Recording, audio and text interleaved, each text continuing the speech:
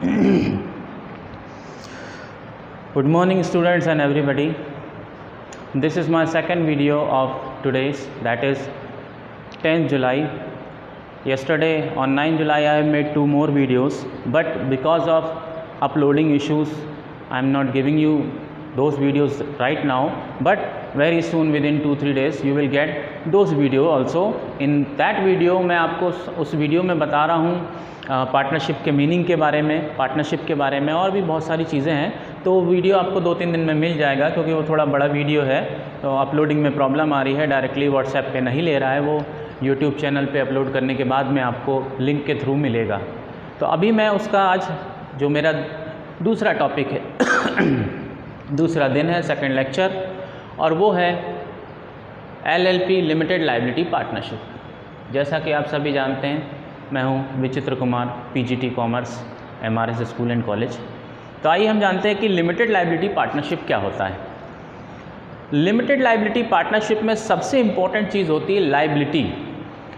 होता क्या है कि जो नॉर्मली पार्टनरशिप है उस पार्टनरशिप में लायबिलिटी अनलिमिटेड होती है। जो जनरल पार्टनरशिप है उसमें लायबिलिटी अनलिमिटेड होती है। अनलिमिटेड लायबिलिटी का क्या मतलब होता है? उसका मतलब ये है कि अगर कोई कर्जा या लोन फर्म के ऊपर निकल आता है और फर्म के सारे एसेट प्रॉपर्टी बेचने के बाद भी अगर वो कर्ज या लोन नहीं चुक पाता है, नहीं दे पाते हैं, तो पार्टनर्स की पर्सनल प्रॉपर्टी को भी बेच दिया जाएगा। यानी उनके नाम पे जो उनकी पर्सनल प्रॉपर्टी है, उनका घर, दुकान, मकान वगैरह जो भी है, कार, व्हीकल, वो सब भी नीलाम कर दिया जाएगा और फर्म का कर्ज या देनदारी या पैसा दिया जाएगा।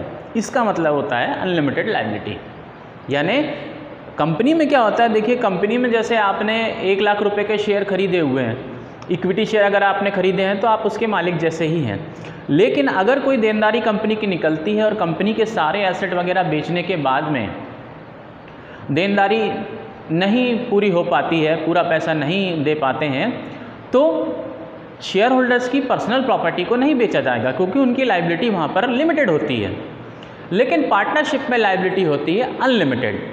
अब इस अनलिमिटेड लायबिलिटी में बहुत सारी प्रॉब्लम्स आ रही थी, जिसको देखते हुए गवर्नमेंट ने 2008 में एक नया एक्ट बनाया।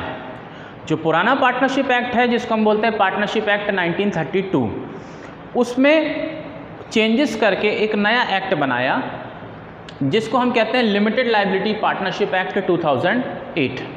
और इस 2008 ईयर में एक नई पार्टनरशिप का फॉर्म गवर्नमेंट ने अलाउ किया, और वो है लिमिटेड लायबिलिटी पार्टनरशिप। यानी कि पार्टनर्स की लायबिलिटी लिमिटेड हो सकती है। इसमें सिस्टम ये है कि पार्टनर्स ने जो कैपिटल कंट्रीब्यूशन किया है, बस वहीं तक जो पैसा उन्होंने बिजनेस में लगाया है पार्टनर्स ने अपना, बस वहीं तक उनकी लायबिलिटी लिमिटेड होती है। उतना ही पैसा पार्टनर से लिया जा सकता है अगर किसी को कोई कर्ज या देनदारी निकलती है तो लिमिटेड लायबिलिटी पार्टनरशिप में, जिसको हम LLP भी कहते हैं, इसकी मीनिंग देखेंगे। LLP means a partnership formed and registered under this act. अब डेफिनेशन तो छोटी सी दी है बुक में, इसमें मीनिंग क्लियर नहीं बताया जा रहा है। सिर्फ इतना कहा जा रहा है कि जो इस LLP वाले कानून के तहत कानून की प्रक्रिया को पूरा करके जो पार्टनरशिप बनाई जाएगी उसको हम लिमिटेड लायबिलिटी पार्टनरशिप बोलेंगे। अब ये लिमिटेड लायबिलिटी पार्टनरशिप होती क्या है, इसका हम नेचर देखेंगे। पहला, अ LLP is a body corporate formed and incorporate under this act. LLP एक ऐसी संस्था, एक ऐसा ग्रुप होता है जो इस कानून मतलब लिमिटेड लायबिलिटी पार्टनरशिप एक्ट 2008, इस कानून के अंडर में बनाई जाती है। दूसरा nature, it is a legal entity separate from its partner. जो लिमिटेड लायबिलिटी पार्टनरशिप होती है उसकी एक अलग अस्तित्व, एक अलग एग्जिस्टेंस होता है, जो कि अपने पार्टनर से अलग माना जाता है। देखिए जैसे सोल प्रोप्राइटरशिप है। सोल प्रोप्राइटरशिप में क्या होता है, जब अकेला बिजनेसमैन होता है तो उस कंडीशन में बिजनेस और बिजनेसमैन सेपरेट ना मानकर एक माने जाते हैं कि जो बिजनेस है वही एक्चुअली में बिजनेसमैन है। लेकिन यहाँ पर ऐसा नहीं है। यहाँ पर फर्म अलग होती है और पार्टनर्स का अलग एग्जिस्टेंस होता है।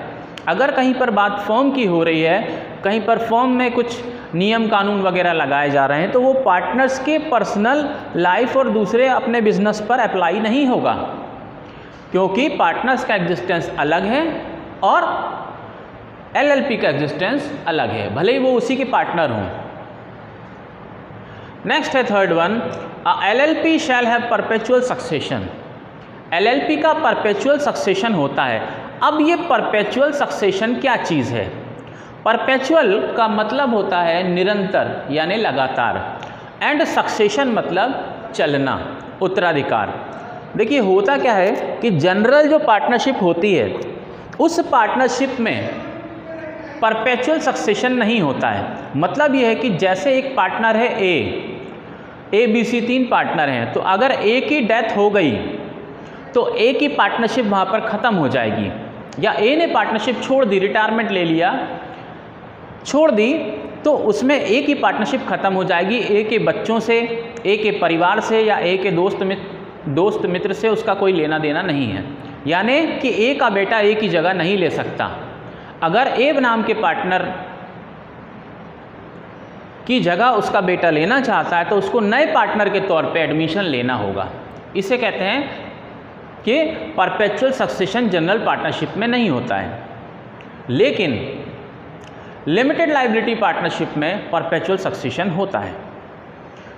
इसका मतलब ये है कहने का कि एक पार्टनर की अगर डेथ हो जाए तो वहाँ पर पुरानी पार्टनरशिप जनरल पार्टनरशिप में ख़त्म हो जाती है, फिर नया एग्रीमेंट बनता है, नई पार्टनरशिप बनती है।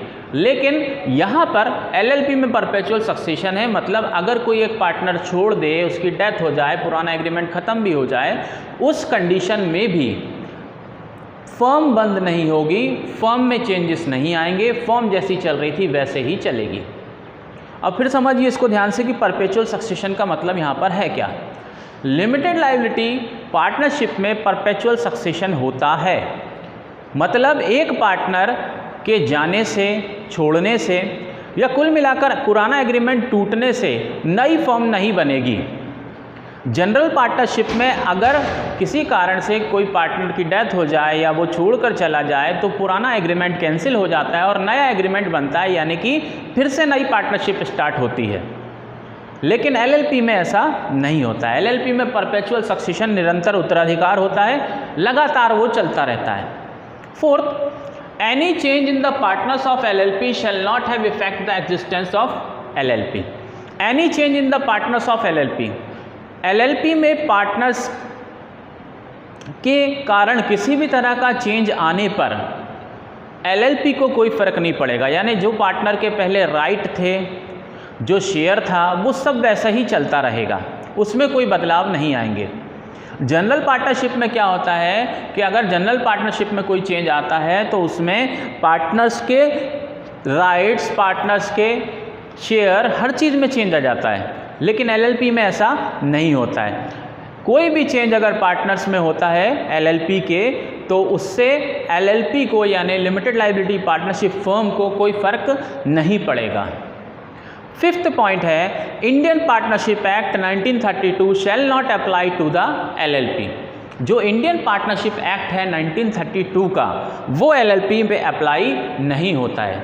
यानी कि अगर कोई कोर्ट में केस जाता है या रजिस्ट्रेशन आपको कराना है, तो जो नियम कानून 1932 सन में पार्टनरशिप एक्ट के लिए, पार्टनर्स के लिए, पार्टनरशिप के लिए बने थे, वो इस पर अप्लाई नहीं होगा। इस पर कौन सा अप्लाई होगा? लिमिटेड लायबिलिटी पार्टनरशिप एक्ट 2008, जो स्पेशली 2008 में लिमिटेड लायबिलिटी पार्टनरशिप एक्ट बनाया है, वो अप्लाई होगा। समझ में आया ये?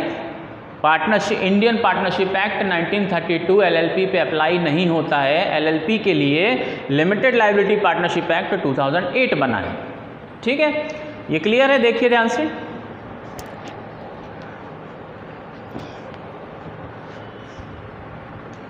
अब मैं आपको डिफरेंस बिटवीन बता देता हूँ पार्टनरशिप, जनरल पार्टनरशिप में और एलएलपी में क्या डिफरेंस है। आप सबके पास बुक है, उसमें देखिएगा, उसमें एक बड़ा सा टेबल बना है। इतना बड़ा टेबल इस पर बनाना पॉसिबल नहीं है, तो मैं शॉर्ट में आपको समझा रहा हूँ। आप बुक सामने रखिएगा, आपको समझ में भी आ जाएगा। सबसे पहला डिफरेंस लॉ, जनरल पार्टनरशिप में अप्लाई होता है इंडियन पार्टनरशिप एक्ट 1932 और एलएलपी पे अप्लाई होता है लिमिटेड लायबिलिटी पार्टनरशिप एक्ट 2008। ये पहला डिफरेंस है। दूसरा रजिस्ट्रेशन, पार्टनरशिप में रजिस्ट्रेशन कराना कंपलसरी नहीं है। वैसे तो आप रजिस्ट्रेशन कराएं तो अच्छा होता है क्योंकि उसके बहुत सारे फ़ायदे हैं। अगर आपने पार्टनरशिप का रजिस्ट्रेशन कराया है तो आप किसी पर केस कर सकते हैं और अपने अधिकार के लिए आप लड़ सकते हैं और आपके सारे रूल रेगुलेशन राइट वगैरह सब उसमें क्लियरली लिखे होते हैं। अगर आपने रजिस्ट्रेशन नहीं कराया है तो आप किसी के ऊपर केस नहीं कर सकते हैं किसी भी कारण से, चाहे फॉल्ट किसी की भी हो, पर आप उसके ऊपर केस नहीं कर सकते हैं। कोई और चाहे तो आपके ऊपर केस कर सकता है अगर आपने रजिस्ट्रेशन पार्टनरशिप का नहीं कराया है तो रजिस्ट्रेशन नॉर्मल पार्टनरशिप का कराना कंपलसरी नहीं होता है, लेकिन एलएलपी का रजिस्ट्रेशन कंपलसरी होता है। और कंपलसरी क्या कहें कि एक्चुअली उसका रजिस्ट्रेशन कराने के बाद ही आप यहाँ देखेंगे formed and registered under this act कि एलएलपी जो इस एक्ट के अंडर में बनाई जाती है वो कहलाती है। तो इसका मतलब है कि एलएलपी का रजिस्ट्रेशन तो कंपलसरी है ही, रजिस्ट्रेशन के बाद ही एलएलपी एग्जिस्टेंस में आएगी। तो सिंपल पार्टनरशिप में रजिस्ट्रेशन कंपलसरी नहीं है, आपकी मर्जी होती है, कराएं तो ठीक, ना कराएं तो आपकी प्रॉब्लम होती है। लेकिन एलएलपी में रजिस्ट्रेशन कंपलसरी होता है। फिर थर्ड है perpetual succession. Normal general partnership में परपेचुअल सक्सेशन नहीं होता है। एक पार्टनर की डेथ होने जाने पर, एक पार्टनर के छोड़ जाने पर वो पार्टनरशिप खत्म हो जाती है, फिर नई पार्टनरशिप बनती है।